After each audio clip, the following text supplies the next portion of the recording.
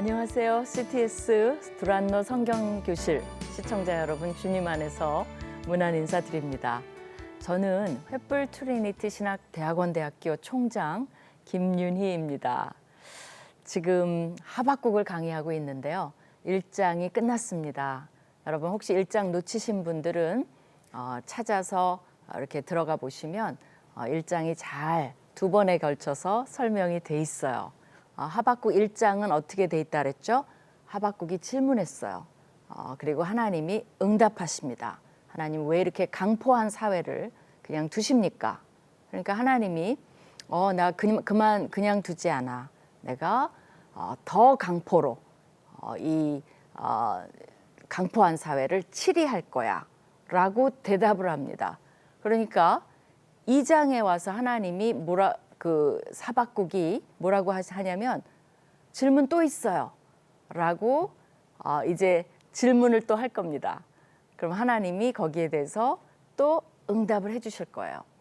주일학교 선생님이 이런 질문을 했다고 합니다. 여러분 그 나무에 막 올라가고 이렇게 털이 있고 알밤을 까먹고 막 이런 게 뭘까요? 라고 질문을 했어요. 그랬더니 유치원생 하나가 손을 번쩍 들더니 선생님 저는 그게 다람쥐 같긴 한데 여기는 주일학교고 교회니까 답은 예수님이요 이렇게 답을 했다는 거예요. 그거는 많은 걸 시사해 줍니다. 우리가 잘못하면 아이들을 빤한 것도 질문도 안 하고 답도 다 그냥 무조건 예수님일 거야. 하나님으로 답하면 맞을 거야. 아멘 해버리는 것으로 키우는 그런 예화가 아닌가 싶어서 좀 가슴이 아픕니다. 그래서 여러분 걱정하지 마시고 제가 지난번에 뭐라 그랬어요? 질문하시라는 겁니다. 그러면 하나님이 응답해 주실 거라는 겁니다. 그럼 오늘 하박국의 질문 한번 같이 살펴보도록 하겠습니다. 하박국이 지난번에 질문을 했기 때문에 또 질문을 할 때 조금 조심스럽게 접근을 합니다. 그래서 1장 12절에 보면 이렇게 해요. 선지자가 이르되 여호와 나의 하나님 나의 거룩한 이시여 주께서는 만세 전부터 계시지 아니하시나이까 라고 하면서 약간의 교수님 존경하는 교수님 늘 대답을 정확하게 하시는 교수님 막 이런 식으로 잔뜩 띄워놓고 질문을 하는 것처럼 여호와에 대해서 6가지로 얘기를 합니다. 여호와 나의 하나님 그건 뭐예요? 저 믿어요. 하나님 믿습니다. 그렇게 얘기하는 거죠. 나의 거룩한 이시여 그건 뭐예요? 하나님은 악을 행하실 수 없습니다. 저 그거 압니다. 그거 의심해서 질문하는 거 아니거든요. 이렇게 물는 것과 같아요.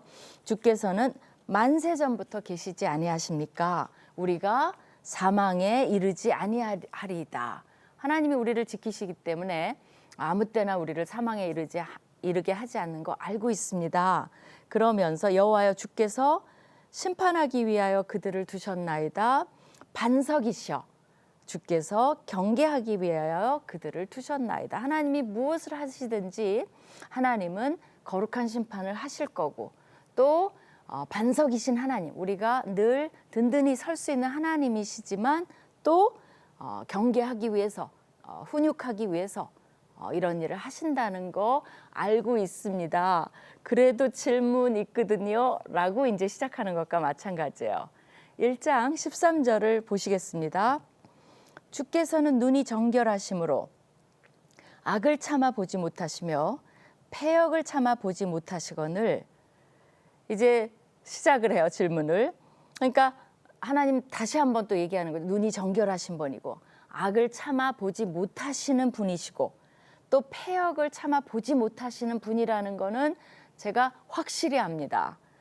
근데 어찌하여 거짓된 자들을 방관하시며 악인이 자기보다 의로운 사람을 삼키는데도 잠잠하시나이까?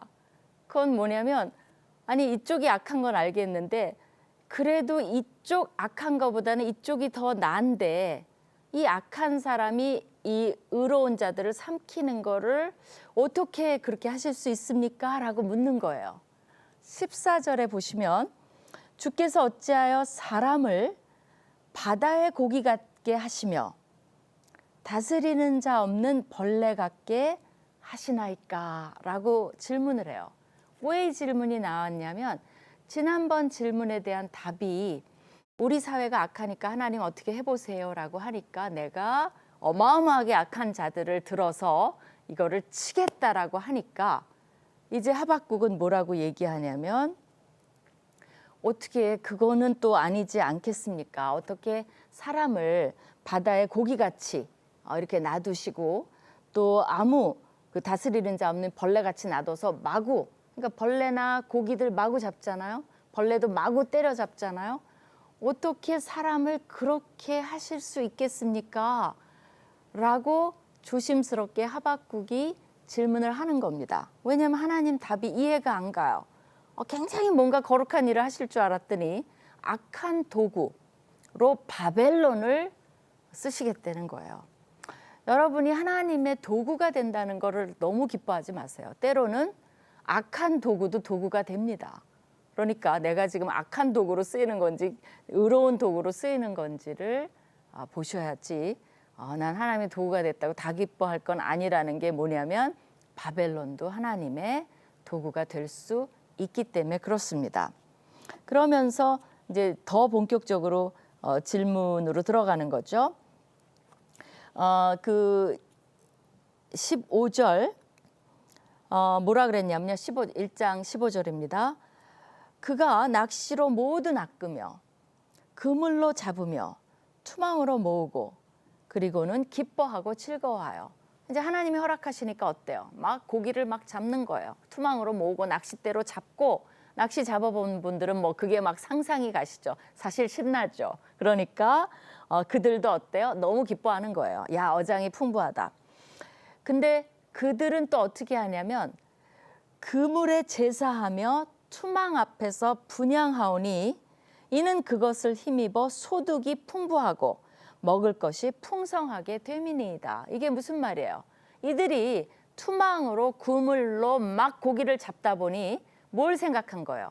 투망과 그물이 고기를 잡게 해줬다고 믿고 놀라운 게 뭐예요?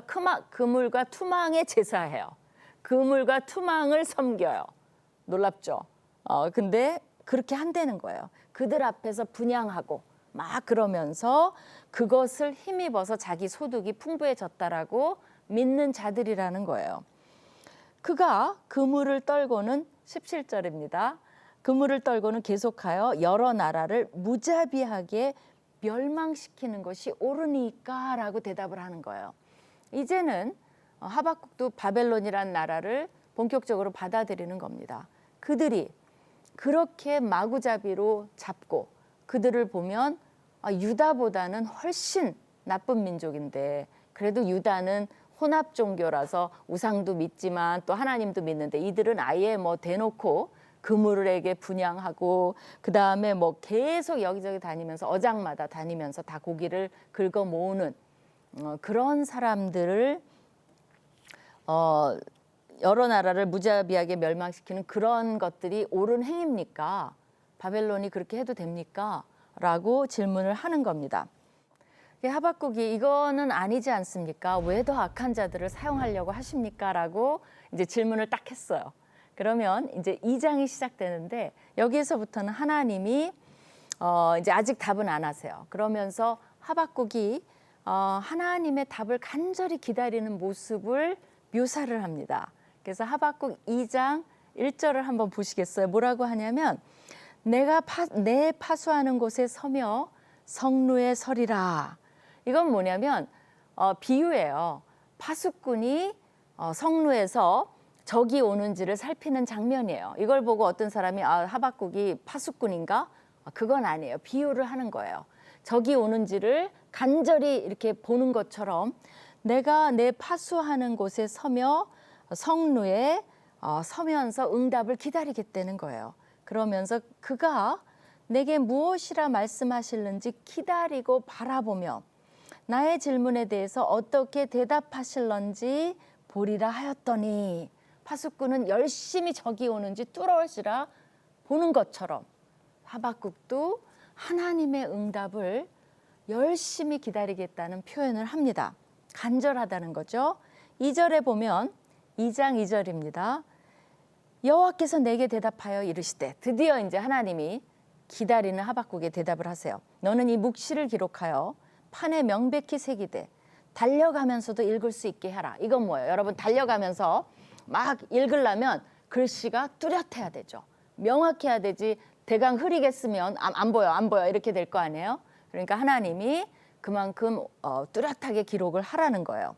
달려가면서도 읽을 수 있도록 하라, 이렇게 명령을 하십니다. 그리고 이 묵시는, 하나님이 주시는 이 말씀은 정한 때가 있나니 그 종말이 속히 이르겠고, 요건 2장 3절입니다. 정한 때가 있나니 그 종말이 속히 이르겠고 결코 거짓되지 아니하리라. 비록 더딜지라도 기다리라. 지체되지 않고 반드시 응하리라. 이게 무슨 말이냐면요, 두 가지예요. 반드시 응하고 정한 때가 되면 너가 뭐라 그러지 않아도 응하리라, 이거예요. 하나님의 때에 응하고, 근데 반드시 응하겠다는 겁니다. 지금 우리 삶을 살면서 하나님과의 갈등이 뭡니까? 많은 경우에 우리는 우리 때에 하나님이 응답하시기를 원해요. 요때, 내가 원할 때 요것을 딱 해주시기를 원해요. 근데 정말 중요한 건 뭐냐면 하나님의 때를 기다리는 모습을 여기서 가르쳐줘요. 하나님은 응답하실 거예요. 근데 하나님의 때에 하실 거고 하나님의 방법으로 하실 거예요. 그걸 기다려야 돼. 왜 그래요? 그게 최선이에요. 그렇지 않으면 내가 내 주장을 하다가 최선이 아니거나 망칠 수가 있다는 겁니다. 그래서 우리는 기다려야 돼요. 하나님의 방법과 때를. 또 2장 3절을 보십시오. 2장 4절입니다. 보라, 그의 마음은 교만하며 그 속에서 정직하지 못하나 의인은 그의 믿음으로 말미암아 살리라라고 이야기를 하십니다. 그러니까 하나님의 때가 있는데, 비록 그럼 유대인들이 어떻게 해야 돼? 유다인들이 정직하지 못하고 그런 면이 있을지라도 교만하고, 그렇지만 이 하나님의 때를 기다리면서 사는 믿는 자의 자세를 가르쳐줘요. 이게 그 유명한 게 의인은 믿음으로 산을 살리라라는 거예요. 이게 어디 나옵니까? 맞습니다. 로마서에 나와요. 여러분이 신약이 원조인 줄 알았죠? 아니에요. 구약이 원조예요. 하박국 2장 4절이 어떻게 보면 하박국 전체에서 가장 핵심적인 거예요. 어떤 일이 일어나도 나에게 내 삶이 내가 이해가 안 갈지라도, 왜 하나님이 응답하시는지 모를지라도 하나님이 우리에게 요구하시는 건 뭐냐면 의인은 무조건 믿음으로 산다는 거예요. 이 구절이 신약에 3번이나 응용이 됩니다. 여러분이 가장 잘 아는 부분이 로마서죠. 로마서는 복음이 유대인에게나 이방인에게나 누구에게나 다 주어졌는데, 그러니까 유대인이라고 무조건 구원받는 게 아니에요. 뭐라 그랬냐면 오직 의인은 믿음으로 살리라라고 한 게 로마서예요. 이걸 보고 마틴 루터는 뭐라 그랬습니까? 여기에서 나는 거듭나는 것을 느꼈고 열린 문으로 낙원에 들어가는 느낌이었다라고 그 로마서를 접한 충격을 이야기하고 있습니다. 마틴 루터가 변화된 구절이 바로 의인은 믿음으로 산다는 거예요. 또 신약에 어디에 응용이 됐을까요? 맞습니다. 히브리서에 응용이 됐어요. 히브리서는 핍박이 되게 심했어요. 예수 그리스도의 재림이 속히 이루어지지 않아서 당황하고 있었어요. 너무 힘드니까 주님 빨리 오셔서 우리를 좀 구원해 주세요라는 외침이 있었어요. 여러분이 내일 사형을 당하는 감옥에 있는 간수라고 합시다.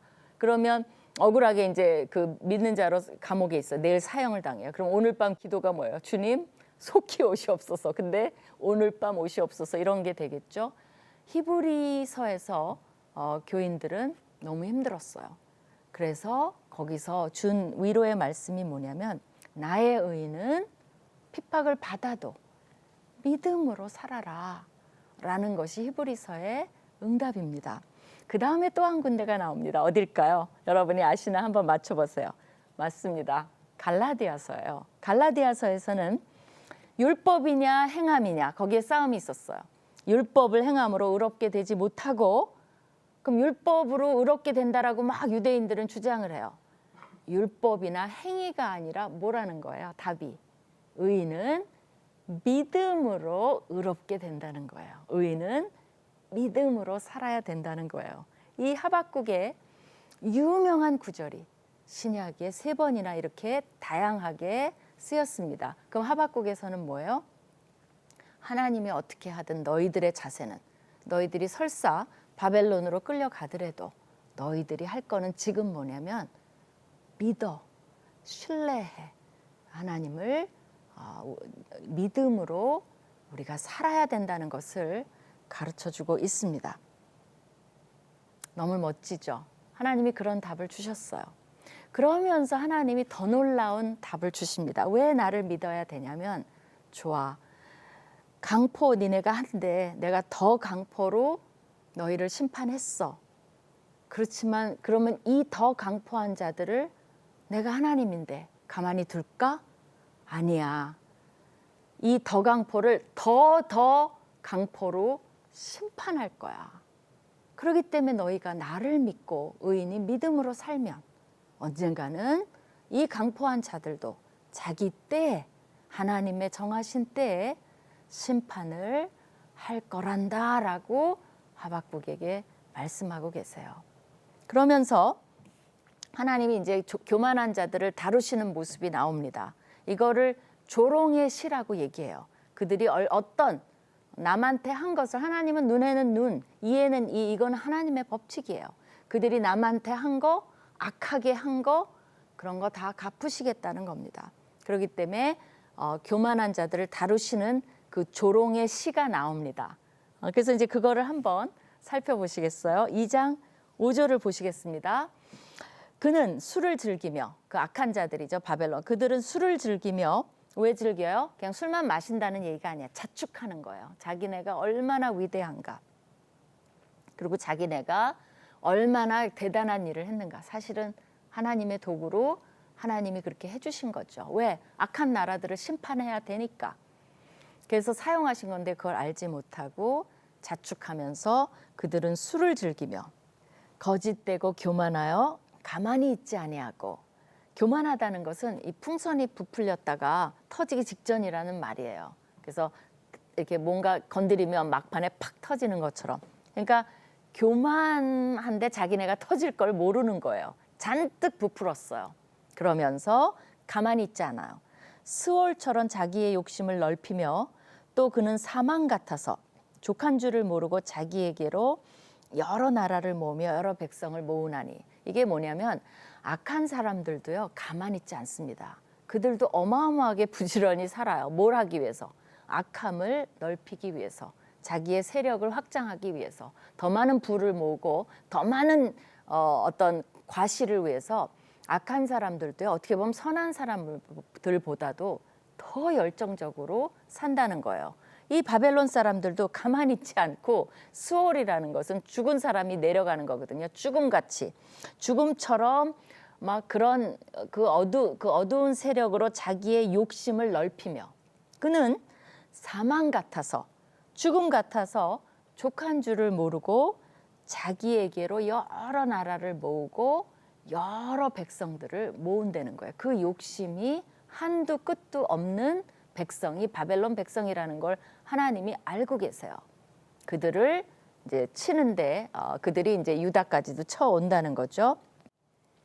그래서 이런 자들을 향한 조롱의 시에서는 뭐를 말하냐면 5번의 화 있을진저를 말합니다. 그러면서 5가지 종류의 악한 자들을 하나님이 심판하시겠다고 말씀을 하세요. 그래서 이제 첫 번째 화 있을진저의 대상은 노력하는 자들을 향해서. 그래서 2장 6절을 한번 6절에서 8절까지 제가 읽어볼게요. 6절, 그 무리가 다 속담으로 그를 평론하며 조롱하는 시로 그를 풍자하지 않겠느냐. 그들이 악하니까 사람들이 그들이 이제 악함대 한계가 있는 거죠. 그러니까 남들이 결국은 그들을 조롱하는 때가 올 거라는 거예요. 조롱하지 않겠고 풍자하지 않겠느냐. 곧 이르기를 화 있을진저 자기 소유 아닌 것을 모으는 자여 언제까지 이르겠느냐. 이 소유를 모으고 늘리는데도 한계가 있다는 걸 모르느냐. 언제까지 그렇게 하겠느냐. 볼모 잡은 것으로 무겁게 짐진 자여. 자기네들이 포로를 다 잡아왔잖아요. 오히려 그것이 자기네 짐이 된다는 거예요. 7절에 보시면 너를 억누를 자들이 갑자기 일어나지 않겠느냐. 너를 괴롭힐 자들이 깨어나지 않겠느냐. 내가 그들에게 노략을 당하지 않겠느냐. 네가 노략을 남들을 했는데 너도 노략을 당할 거야. 그리고 너를 억누를 자들이 언젠간 나타날 거야. 그리고 너를 괴롭힐 자들이 나타날 거야. 라는 조롱의 시를 이야기를 합니다. 8절에 보면 네가 여러 나라를 노략하였으므로 그 모든 민족의 남은 자가 너를 노략하리니. 노략했으니까 노략을 당하리니. 이게 하나님의 법칙이에요. 이에는 이, 눈에는 눈. 그죠? 이는 네가 사람의 피를 흘렸으며 또 땅과 성읍과 그 안의 모든 주민에게 강포를 행하였음이니라. 여러분이 이 주제 단어를 보시나요? 1장에도 강포, 더 강포. 너는 강포를 행한 만큼 당할 거야 라는 강포의 주제가 나옵니다. 결국 이 강포는 악을 대변하는 명사죠. 하나님이 다 각각 강포에 대해서 다루시겠다는 것을 여기서 말씀하고 계세요. 두 번째 화 있을진저 어떤 자들입니까? 불의의 이득자들을 향해서. 9절입니다. 하박국 2장 9절입니다. 재앙을 피하기 위하여 높은 데 깃들이려 하며 자기 집을 위하여 부당한 이익을 취하는 자에게 화 있을진저. 이건 뭐냐면요. 궁전을 말해요. 높은 궁전을 세우고 견고한 궁전을 세워서 높은 데 깃들인다는 것은 궁전을 이렇게 높게 안전한 데 짓는다는 걸 말아요. 자기 집은 이제 그런 정복한 데서 그것을 자기 집으로 삼는 이런 것을 말합니다. 그 자기 집을 위하여 부당한 이익을 취하는 자에게 화 있을진저. 네가 많은 민족을 멸한 것이 네 집에 욕을 부르며 네 영혼에게 죄를 범하게 하는 것이 되었도다. 그러니까 막 피로 점령을 하니까 11절에 보세요. 담에서 돌이 부르짖고 집에서 들보가 응답하리라. 담이며 들보에서 피를 부르짖는 소리들이 점령당한 사람들의 죽음의 억울함이 마구 들리게 된다는 것을 하나님께서 말씀하고 계십니다. 사실 이들은 점령자들을 말하는 거지만 우리 삶 속에서도 사실 묵상해 볼 말들이 굉장히 많습니다. 우리가 살면서 조금이라도 남을 억울하게 사업하거나 뭐 남의 돈을 떼어 먹었거나 남을 음해하거나 그러면 그들이 하나님께 부르짖는다는 것을 우리가 꼭 기억하셔야 돼요. 아우 속 시원하다. 그래 뭐 당해봐. 뭐 이러지만 그들은 가만히 있나요? 집에 가서 무릎을 꿇고 누구 이름을 부르면서 원망을 하겠습니까? 내가 그랬다면 내 이름을 부르면서 원망하면 또 어떤 분들은 새벽 기도 가서 열심히 원망하죠. 그러면 곤란한 겁니다. 그래서 여러분이 항상 이런 하나님의 정의 그것들을 생각하시면서 삶을 잘 정리를 해 가시는 것이 하나님을 신뢰하는 방법입니다. 우리가 믿음으로 산다는 건 이런 하나님을 믿는 거죠. 지금 5가지 화 있을진저인데 시간이 다 가서 3가지뿐이 못했어요. 우리가 이거를 해가면서 묵상할 면이 굉장히 많습니다. 그래서 안타깝지만 3가지 하고 다음에 2가지 더 하고 그리고는 굉장히 좋은 구절이 하나가 숨겨져 있어요. 거기에 대해서 다음 주에 또 나누도록 하겠습니다. 시청해 주셔서 너무 감사합니다.